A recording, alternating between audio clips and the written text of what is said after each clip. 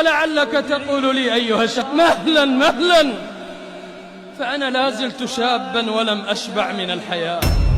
فأقول لك أيها المغرور، الموت لا يعرف الشباب أيها المغرور، فكم من شاب رحل في عمر الزهور، كم من شاب ترك دار أهله وسكن القبور، كم أيها الشاب، ألا تريد أن تكون من السبعة الذين يظلهم الله في ظله يوم لا ظل إلا ظله في أرض المحشر والنشور؟